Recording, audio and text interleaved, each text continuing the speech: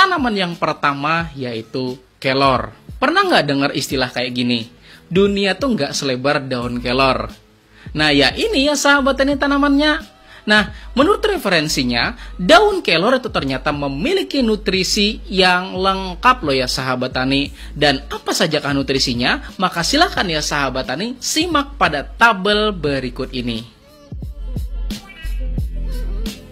Dan menurut salah satu sumber ya sahabat tani disebutin bahwa daun kelor basah ternyata mengandung protein mencapai 7% loh ya sahabat tani.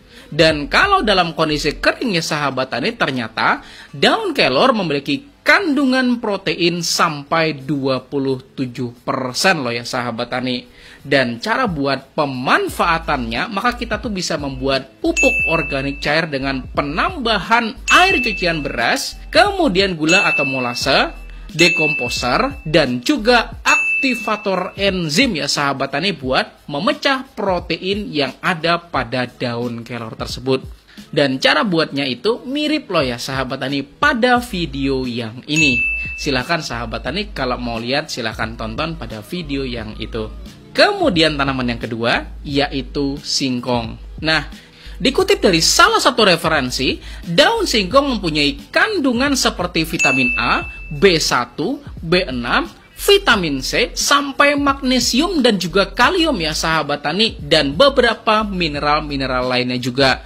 Dan pada jurnal yang berjudul Efektivitas Pemberian Kompos Daun Singkong, ternyata dengan penambahan kompos berbahan dasar daun singkong, ternyata memberikan pengaruh yang positif loh ya sahabat tani terhadap produktivitas tanaman kacang tanah. Gimana? Mantap? Kemudian tanaman yang ketiga yaitu pisang.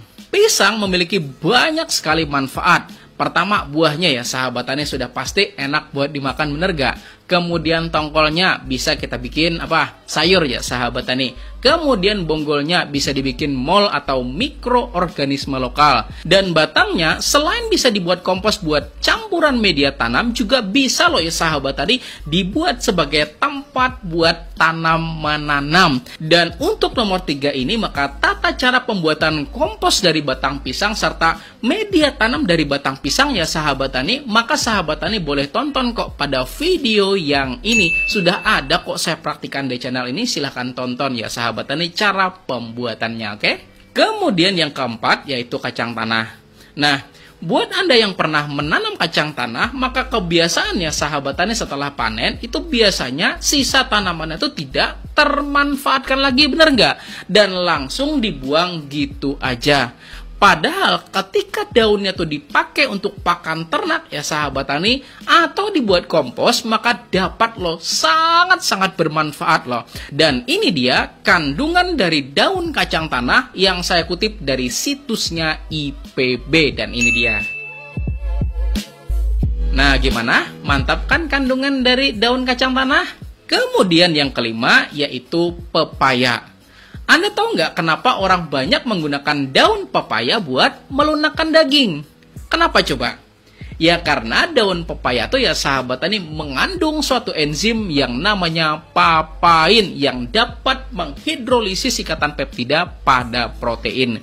Kita bisa loh ya sahabat tani memanfaatkan dari daun pepaya atau kulit buah pepaya sebagai bahan baku untuk pembuatan pupuk organik cair, yaitu dengan cara memfermentasi daun atau kulit buahnya ya sahabat tani yang sudah kita blender halus, yang kita tambahin gula dan juga air dengan perbandingan 1, 3, dan juga 10 ya sahabat tani, di mana 1 bagian itu gulanya, kemudian 3 bagian itu adalah daun pepayanya, dan 10 bagian itu adalah air. Dan fermentasikan selama 2-3 bulan, maka hasilnya akan kita dapatkan pupuk organik cair yang kaya akan enzim ya sahabat tani. Nah terkait pepaya juga, bahkan getahnya ya sahabat tani itu bisa loh menghasilkan senyawa-senyawa golongan alkaloid, kemudian golongan flavonoid dan asam amino yang non protein ya sahabat tani, yang bisa dibilang tuh sangat beracun loh bagi organisme pengganggu tanaman, sehingga dapat loh kita jadikan alternatif buat pembuatan dari pestisida organik. Gimana? Mantap? Kemudian tanaman yang keenam yaitu bambu. Sekarang coba kita renungin bersama deh ya sahabat tani. Kenapa coba tanaman bambu itu meskipun tanpa kita pupuk, dia tuh tetap bisa tumbuh bahkan nggak kena serangan penyakit. Pertanyaannya kenapa coba? Nah, ternyata ya sahabat tani, dari daun bambu itu sendiri ternyata menurut referensinya mengandung unsur hara yaitu fosfor dan silika yang ketika dia tuh jatuh ya sahabat tani kemudian dia tuh lapuk maka bermanfaat loh dalam pertumbuhan dari tanaman bambunya itu sendiri. Kemudian pada akar bambunya ya sahabat tani itu juga mengandung namanya PGPR atau Plant Growth Promoting Rhizobacteria yang merupakan mikroorganisme yang berfungsi sebagai biofertilizer atau pupuk hayati. Dan penjelasan tentang PGPR ada pada video yang ini ya sahabat tani. Dan daun bambu ketika kita manfaatkan sebagai bahan baku kompos ternyata memiliki fungsi yang double atau ganda gitu ya sahabat tani, di mana selain berfungsi sebagai nutrisi bagi tanaman kita, pada kompos daun bambu itu ternyata memungkinkan kita tuh mendapatkan yang namanya biang trichoderma ya sahabat tani, yang pastinya juga bermanfaat dalam melawan patogen penyebab penyakit pada tanaman kita. Dan terkhusus untuk daun bambu ini, jika sahabat tani ingin nih dan juga setuju ya sahabat tani, maka saya bakal bikinin tutorial pembuatannya deh, kompos paling dahsyat dengan bahan baku daun bambu. Gimana? Kalau Anda setuju ya sahabat tani, maka silakan tuliskan di kolom komentar setuju membuat kompos daun bambu. Kemudian yang ketujuh, ubi jalar gitu ya sahabat tani. Daun ubi jalar menurut referensinya tuh kaya loh dengan vitamin B1, kemudian vitamin B2 dan juga vitamin B6 ya sahabat tani. Kemudian juga karbohidrat, protein dan kalsium sampai zat besi itu juga ada loh ya sahabat tani. Dan kalau kita ambil sama pucuk-pucuknya, maka secara otomatis kita juga menambahkan yang namanya fitohormon alami ya sahabat tani. Karena menurut referensinya, pucuk tanaman ubi jalar itu ternyata memiliki kandungan hormon auksin dan juga giberelin ya sahabat tani, yang pasti bermanfaat buat tanaman kita. Dan penjelasan detailnya tentang apa sih itu hormon giberelin dan bagaimana sih perannya terhadap tanaman kita, maka silakan sahabat tani tonton pada video yang ini, ada kok di channel ini ya sahabat tani, oke? Kemudian yang ke-8 yaitu kelapa. Nah, siapa di sini yang pernah mendengar guyon yang seperti ini? Awas banjir, air sudah setinggi pohon kelapa. Ya iyalah sahabat tani, setinggi pohon kelapa coba. Ya karena di buahnya ada airnya, bener gak? Nah, air kelapa itu ternyata dapat loh dimanfaatkan sebagai pengencer terbaik dalam pembuatan pupuk organik cair.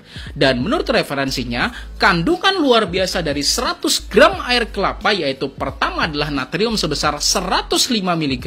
Dan ini yang terpenting ya sahabat tani, yaitu kalium sebesar 250 mg. Nah, dengan kandungan kalium inilah yang membuat kita tuh kalau minum air kelapa bawaannya tuh mau pipis ya sahabat tani, ya enggak? Nah, bayangin coba kalau kita aja dapat merasakan manfaat kalium dari air kelapa itu, maka gimana sama tanaman? Makanya ya sahabat tani, air kelapa itu bagus loh dijadikan sebagai bahan baku di dalam pembuatan pupuk organik cair. Dan saya juga punya video ya sahabat tani, pembuatan pupuk organik cair yang tinggi akan kalsium dengan berbahan air kelapa. Silakan buat sahabat tani yang mau nonton, silakan tonton pada video yang ini ya sahabat tani, oke? Dan selain air kelapa, ternyata sabut kelapa juga memiliki kandungan yang sama loh ya sahabat tani, yaitu kalium.